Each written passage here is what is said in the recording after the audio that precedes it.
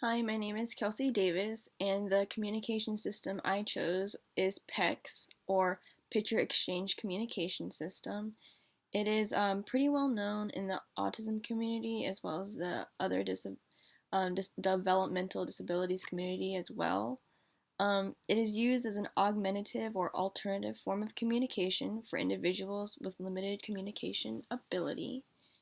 And the way that PECS is used is that the individual point or place to the point or place the icon on a piece of paper or Velcro board, or even to the person they are trying to communicate with, and show them what they need or what they want in order to get across what they need.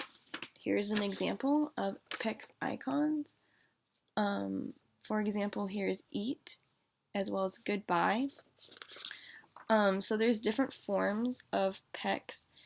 So there's the individual icons, which I just showed you. There's also a communication board that arranges each icon into different categories in which the individual can search through the communication board and find the correct category that they're wanting to communicate with somebody else, such as food. And if the individual wants ice cream, they know to look in the food category and find the ice cream icon. There's also icons that are placed on a hooked ring that teachers or professionals might be carrying around. So if a student needs to use the restroom or needs to be reminded to raise their hand, a staff member or a teacher can go over to the student and give them the icon and show them what they're trying to communicate, as well as handing it to the student so the student can show them exactly what they need at that moment.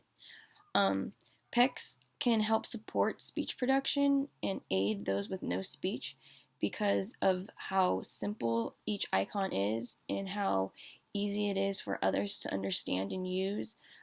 As you can see on most of these icons, they're pretty simple to understand even without the words, such as eat or sit.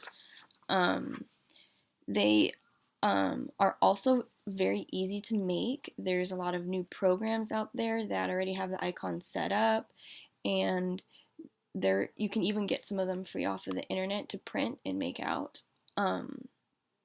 The big con of this system is that some individuals might become very dependent on it and not use it properly. So some individuals might have the ability to speak a couple words here and there, but instead they choose to use the PECS icons instead. And instead of formulating full sentences, they may hand the teacher an icon instead.